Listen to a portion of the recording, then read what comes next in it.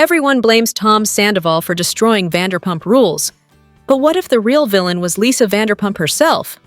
Lisa Vanderpump built a television empire on martinis, manipulation, and millennials who could barely afford rent.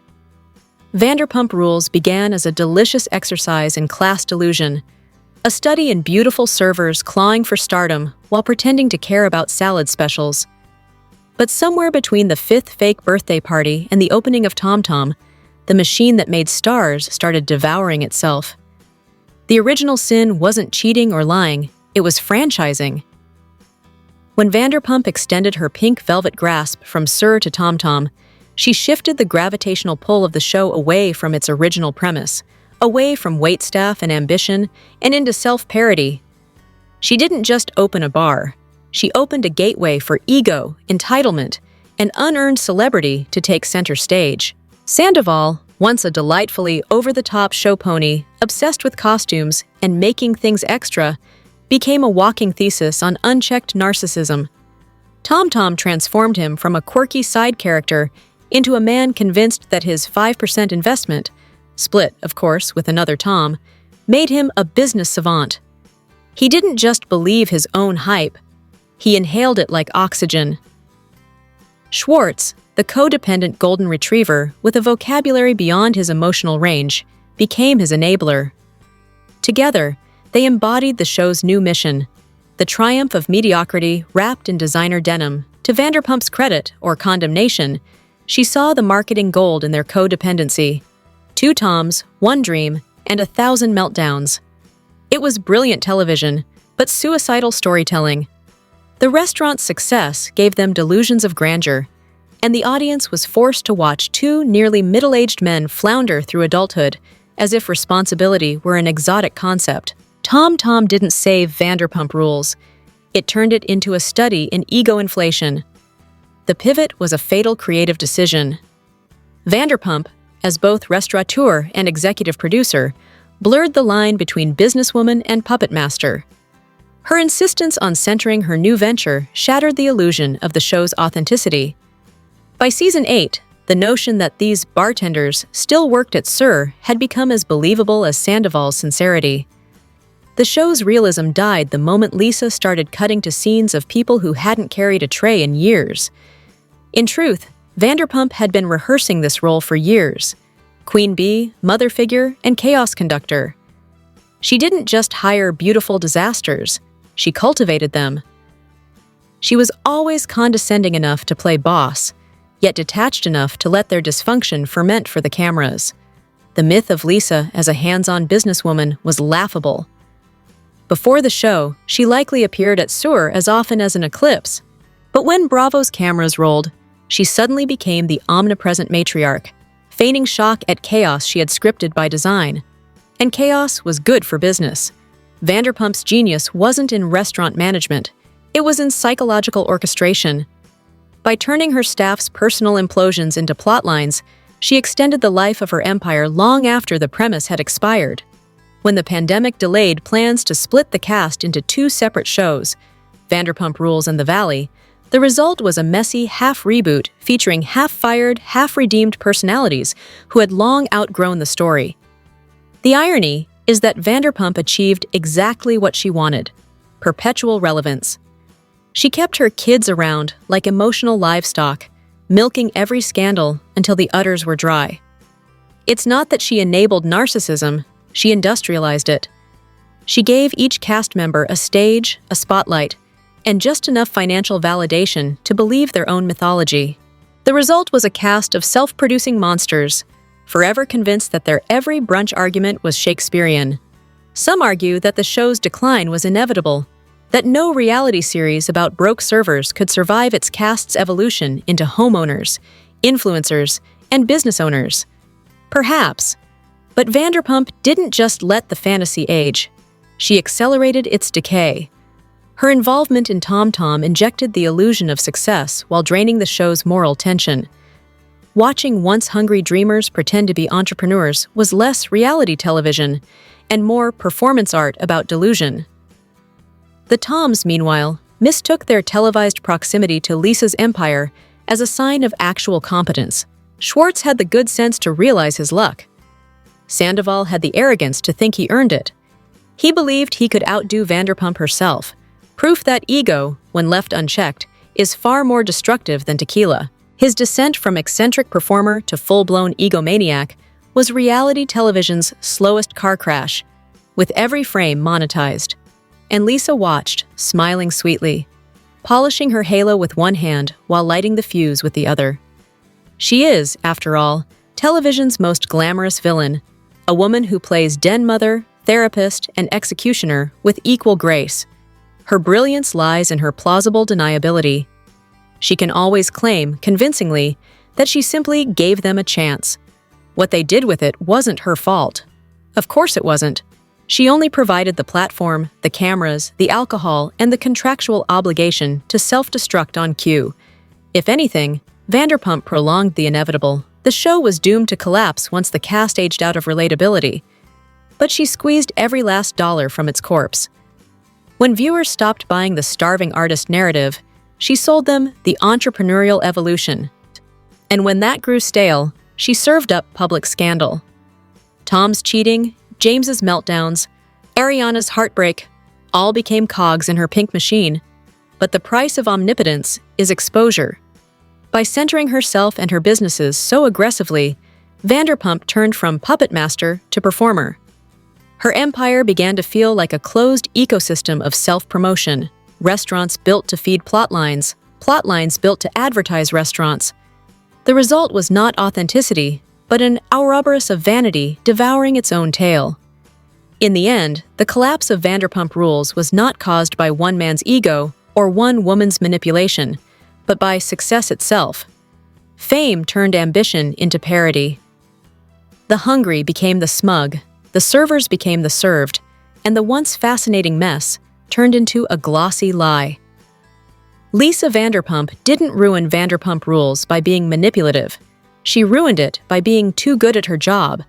She elevated dysfunction into art, then forgot that art still needs a soul. By the time Lisa Vanderpump's pink empire began wobbling, the staff-turned-stars had fully evolved into caricatures of their former selves.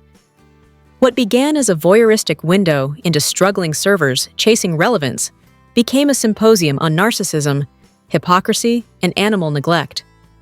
Watching the Vanderpump Rules cast by its later seasons was less like observing a restaurant staff and more like witnessing a public experiment in moral atrophy. The Toms, naturally, remained the poster children for male mediocrity disguised as charm. Sandoval strutted through Tom Tom and beyond as if 5% ownership made him a titan of industry, not a glorified mascot. Schwartz, ever the apologist with puppy eyes and zero accountability, hid behind his soft-spoken ineptitude. One drank his own reflection, the other drank to avoid it.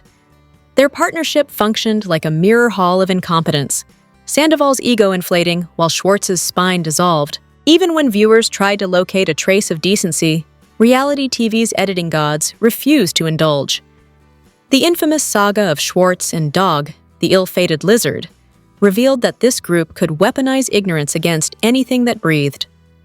A reptile's slow death from neglect was repackaged as comic relief, a morbid subplot that production framed as quirky instead of cruel. It wasn't quirky, it was grotesque. The creature's suffering became a punchline for people whose moral centers had long been traded for screen time. The laughter echoed, hollow and cold, from both cast and producers alike. That's the problem with this franchise. The rot was never contained to the characters. It was systemic. The show learned early that the audience didn't want redemption arcs. They wanted beautiful disasters to implode in slow motion. So Vanderpump and her producers stopped pretending to tell stories of growth and began curating collapse. Animal cruelty? Spin it into irony. Addiction? Make it a montage. Infidelity? Call it Tuesday. The camera didn't blink because the network knew exactly what it was selling: dysfunction as brand identity. Katie Maloney, forever the show's reluctant moral compass, was the Cassandra of VPR, her warnings about decency dismissed as nagging until every prediction came true. When she drew a post-divorce boundary with Schwartz, "Don't hook up with anyone in the friend group," it wasn't the demand of a controlling ex-wife. It was an exhausted plea for self-respect. Predictably, he ignored it. And just as predictably, the group vilified her for caring. In a show built on performative loyalty, actual emotional boundaries became the enemy. Sheena and Lala, ever the opportunists, treated Katie's pain as an obstacle to airtime. Raquel's brief reign as the show's doe-eyed saboteur served as a perfect distraction.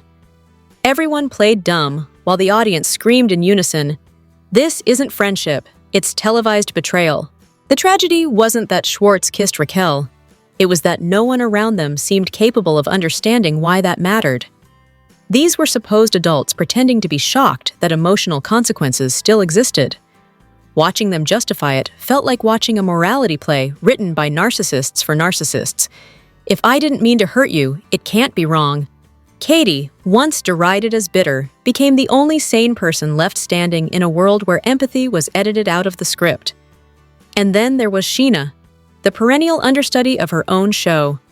Once the self-proclaimed nice girl, she aged into the franchise's moral vacuum, too desperate for relevance to pick a side, too self-interested to stand by anyone for long. She built her identity around proximity, to Stassi when it suited her, to Ariana when it was strategic, and to Sandoval when she thought it might save her job. The moment her alliances stopped benefiting her storyline, they dissolved like cheap champagne. Sheena's tragedy is Shakespearean in its shallowness. She wanted to be the breakout star, but lacked the charisma or self-awareness to pull it off. Every season became a case study in self-sabotage, aligning with the wrong people, defending the indefensible, and mistaking visibility for validation.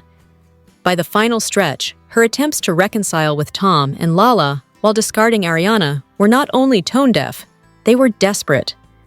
Betrayal has rarely looked so banal. Lala Kent deserves her own chapter in the Encyclopedia of Delusion. Her moral code changes faster than her wardrobe, and neither fits. Once a symbol of empowerment, she quickly devolved into a parody of self-righteousness, a woman who built a brand on owning her narrative, only to weaponize vulnerability whenever convenient. Her Bravocon fashion choices may have been a disaster, but they were at least honest. Chaotic, self-absorbed, and impossible to look away from. The conversation around her wardrobe devolved into a metaphor for the entire cast. People mistaking price tags for taste, excess for identity. Her purple leather diaper outfit wasn't just a bad choice. It was the perfect costume for a group that had long since lost its dignity. The more expensive their lives became, the cheaper the show looked. And through it all, Lisa Vanderpump remained the Sphinx, smiling, inscrutable, pretending to be both above and apart from the circus she created.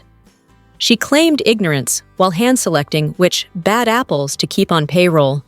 Her detachment was the ultimate act of control. By refusing to get her hands dirty, she could feign virtue while counting the ratings. The hypocrisy reached its zenith in how the show framed male and female misconduct. Men were passionate, misunderstood, or struggling. Women were crazy, jealous, or bitter.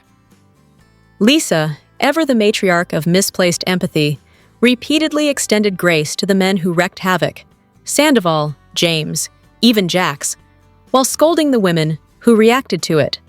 Her restaurant empire became a temple of double standards, where misogyny wore a bow tie and called itself professionalism. James Kennedy, the self-styled DJ with a superiority complex, epitomized this imbalance. His cruelty toward women was treated as antics, his drunken rants as drama. Vanderpump's willingness to repeatedly rehire him after every explosion suggested not compassion, but addiction. Addiction to chaos, to male volatility masquerading as entertainment. The same woman who claimed moral high ground for firing him would bring him back weeks later for ratings. By this point, the show wasn't documenting reality, it was scripting pathology. Viewers didn't watch VPR for authenticity anymore. They watched for catharsis, for the slow-motion burn of human vanity. The moral compass shattered completely when Sandoval, the self-anointed #1 guy in the group, fell from grace. His affair wasn't shocking because it was immoral. It was shocking because it made the show unwatchably real again. Vanderpump's enablers tried to spin it into another redemption arc, but the audience had evolved past manipulation. We'd seen too many teary apologies, followed by tequila shots. Sandoval's downfall wasn't a twist. It was prophecy. The narcissism that Lisa cultivated finally consumed its host. The empire of illusion cracked under the weight of its own self-importance. What remained was a cast of ghosts performing their former selves. Schwartz mumbling excuses into oblivion, Sheena clutching to relevance like a security blanket, Lala sermonizing between sponsored posts, and Lisa eternally pretending not to notice that her kingdom had turned to dust. The beauty of Vanderpump Rules was always its ugliness, the authenticity of ambition, jealousy, and failure. But by season 11, all that was left were mannequins reenacting echoes of better scandals. The show had stopped reflecting reality and started parodying it. The tragedy of Vanderpump Rules isn't that it fell apart. It's that it stayed on long enough for everyone involved to prove that the worst thing fame can give you is exactly what you wanted. If Vanderpump Rules was ever a mirror of human messiness, Sandoval was the moment the glass shattered. It wasn't merely a cheating scandal, it was a collective breaking point. A realization that every moral rot seated in Lisa Vanderpump's empire had finally blossomed into its full, rancid glory. The betrayal of Ariana Madix by Tom Sandoval and Raquel Leviss wasn't shocking because of its content, but because of its timing. The show had run out of stories, and the universe, helpfully, wrote one for them. Sandoval's affair was the grotesque culmination of everything the franchise had glamorized for a decade: unchecked ego, performative loyalty, and the industrial production of narcissism. He'd been auditioning for villainy since season 1. All Sandoval did was make it official.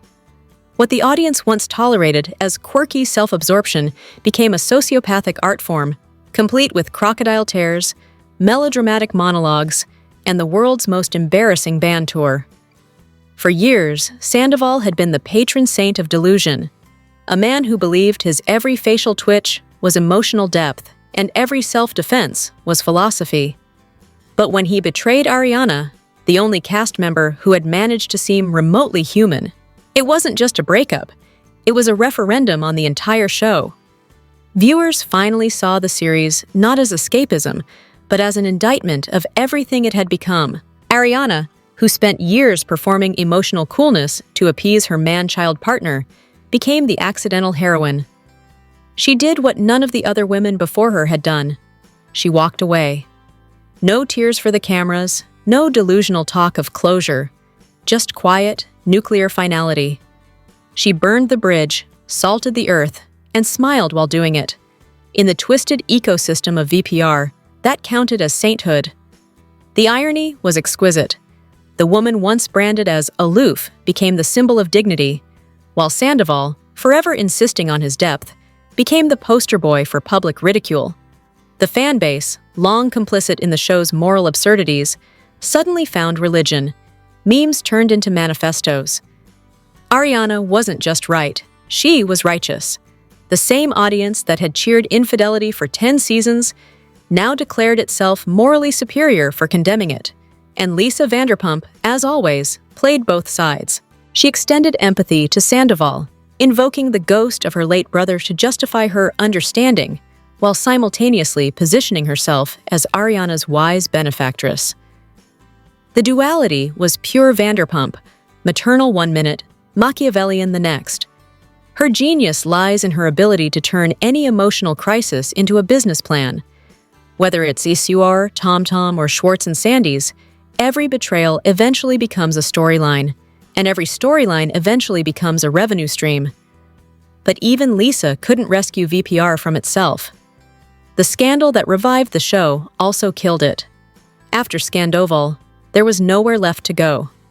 The group had split irreparably, half performing contrition, half performing outrage, all performing exhaustion. The following season, with its self-conscious redemption arcs, felt like a funeral with microphones. Sheena's betrayal of Ariana to cozy up with Sandoval was the final insult. This was a woman who cried on cue, switched alliances mid-scene, and still couldn't grasp that sincerity can't be staged. Her decision to side with the man who detonated her friend's life wasn't strategy. It was desperation. Shiana's loyalty, like her Botox, never lasted long. And when she expected Ariana to promote her book after their friendship's corpse was still warm, she revealed what Vanderpump Rules had turned into, a show where relationships exist solely as marketing tools. Lala Kent, never one to miss a moral high ground, performed her outrage with the theatricality of a woman auditioning for sainthood. Her Season 10 takedown of Sandoval was biblical, until Season 11, when she executed a miraculous 180-degree spin, siding with the same man she'd spent months calling a sociopath. The whiplash was so severe, it could have been classified as a workplace injury. Her excuse? Job security. Nothing like integrity when a paycheck's on the line. Together, Lala and Sheena executed the most tone-deaf betrayal in reality television's history. The fans had just watched Ariana become a symbol of strength, a modern-day phoenix rising from the ashes of her idiot ex, and these two decided to side with the ashes. In trying to save their screen time, they torched what was left of the audience's sympathy. The show's producers didn't help. Rather than ride the wave of feminine solidarity that Season 10 had generated, they fumbled the momentum completely. Season 11 could have been the Sisterhood Strikes Back, a season of female catharsis and revenge. Instead, it became a study in how to squander cultural capital.